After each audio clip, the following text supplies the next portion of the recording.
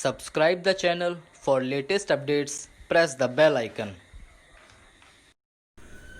Get ready for the dictation at the count of 3, 2, 1, start. Finance Minister Nirmala Sitharaman's fresh set of measures on Monday to spur consumer demand and capital expenditure include an interestingly designed tweak to the LTC allowances of government employees. Her reckoning is that these would land a rupees 73,000 crore demand spurt to prop up the ailing economy in the second half of this year. This could rise beyond rupee 1 lakh crore if private sector employers offered similar LTC incentives.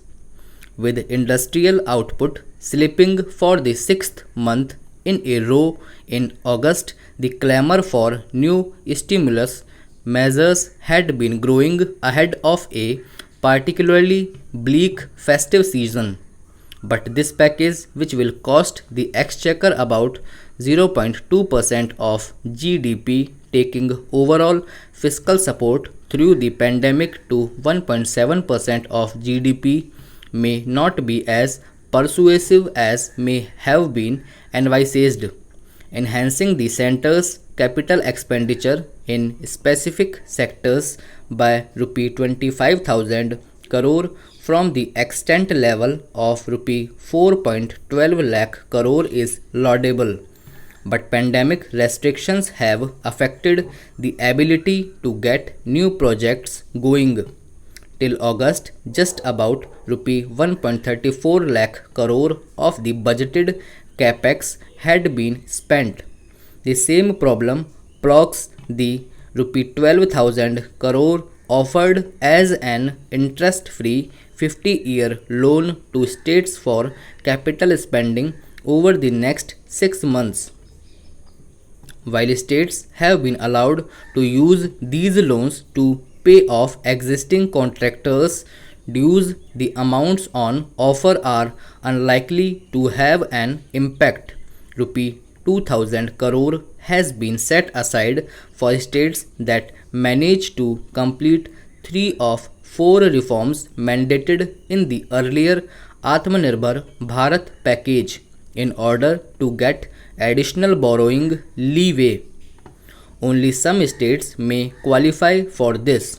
Too many conditions also pervade the consumption push, linking LTC perks of government staff who have not availed them yet due to restricted travel during the pandemic to spending on non-travel items is an innovative nudge.